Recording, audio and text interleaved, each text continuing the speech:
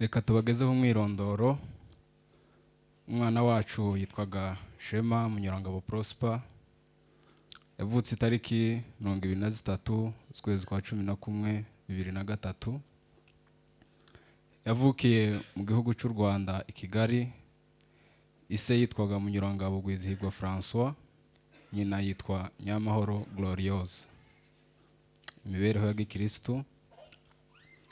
Yabaritswe mu itorero rya Restoration Church Kimisagara, akomereza muri Liz International Mission Kasarani. Yari umuririmbyi muri drama team Restoration Church, ndetse yakomeje uwo murimo aba mumwe mu bawutangije Server of Christ, ariyo groupe y'abasore bahimbaza Imana mu mbyino zigezweho. Amashuri yize primaire yayigiye ku kigo cyitwa Ecole Primaire de Kamuhoza mu Rwanda.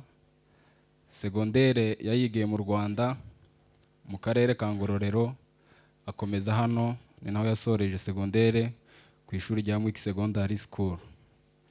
Hanyuma yaje gukomeza college, yayikomereje ari mu mujyi anto ku kigo cyitwa Kamata School of Technology, ariho yasoreje ibijanye na videography na photography.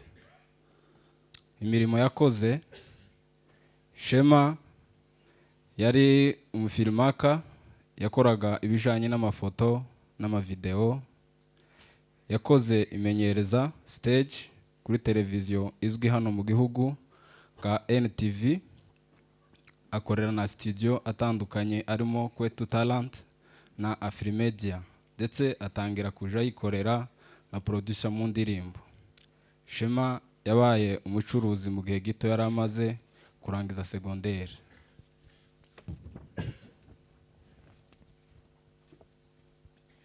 Shema yabaye muhinzi mworozi, hano yari atuye muri Kenya, aho yoroye inkoko akagira n'akarima k'imboga yakoze mu buryo bw'ubuhanga bugezweho.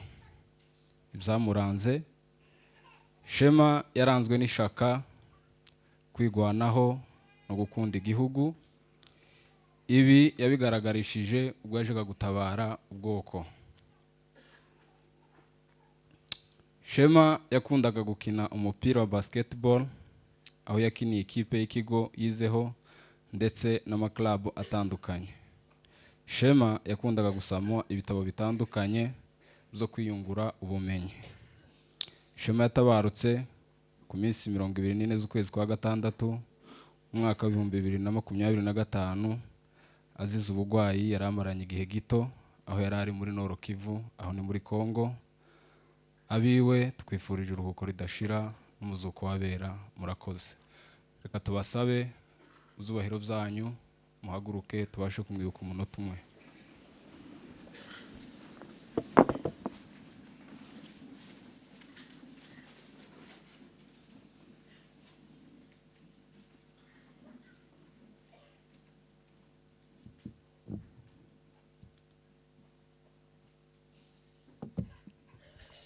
Saba murakoze cyane. Garagana mu rwego rwo kubahisha umwana wacu, abakristo bacu dusenga n'abashumba n'abandi bari hafi, muze duhagararane hano kugira ngo tubashe kuvuga amagambo makeya.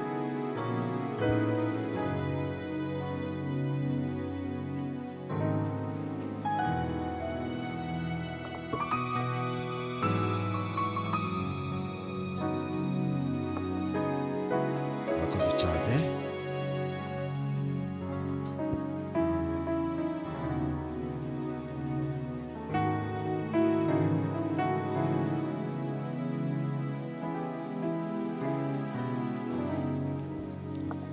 Kugira ngo tutatwara umwanya munini, reka tugume tuvuge barimo batambuka, ntarimo dutinda kuko ibyo turi buvuge biranditse. Reka dutangire dushima Imana kuko ibidutegeka mu ijambo ryayo. Turashima Imana yaremye Shema ikamuha kubaho iyi myaka yose yari amaze hano ku isi. Turashimira nanone ababyeyi ba Shema bamubyaye bakamurera kuva avutse kugeza abaye umusore. murabikwiriye gushimirwa ababyeyi kuko mwakoze igikorwa cy'ubutwari. Mumurera mwamutoje byinshi, ibisanzwe by'ubuzima bwa hano ku isi ndetse n'iby'ubundi buzima butari ubu, ari byo mu mwuka. Itorero ryanyu niryo ryari itorero rye, imana yanyu niyo yari imana ye. Mu by'ukuri ubuzima bwe bwo mu mwuka nimwe ababyeyi be mubuzi cyane kuturusha.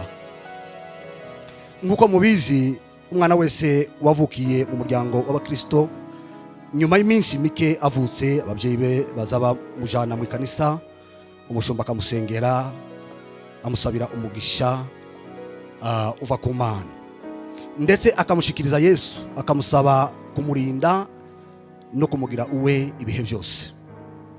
Ibyo ababyeyi bashema barabikoze. Wa mwana yamara imyaka mike avutse agatangira kwigishwa ijambo ry'Imana mu rugo iwabo no mu ikanisa ababyeyi be basengeramo. Ibi nabyo ababyeyi be barabikoze ndetse n'ikanisa.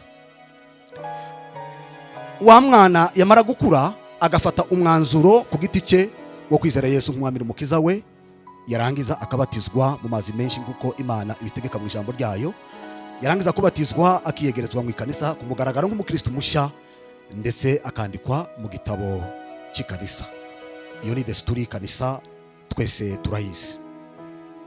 Ariko nagira ngo mbabwire kino kintu, ariko mu gitabo cy'ubugingo aricyo gitabo cy'Imana acandikwamo umunsi yizeye Kristo nk'umwami n'umukiza we, apana umunsi yabatijwe mu mazi menshi. Kuko kwizera Kristo konyine niko kuduhesha kwandikwa mu gitabo cy'ubugingo.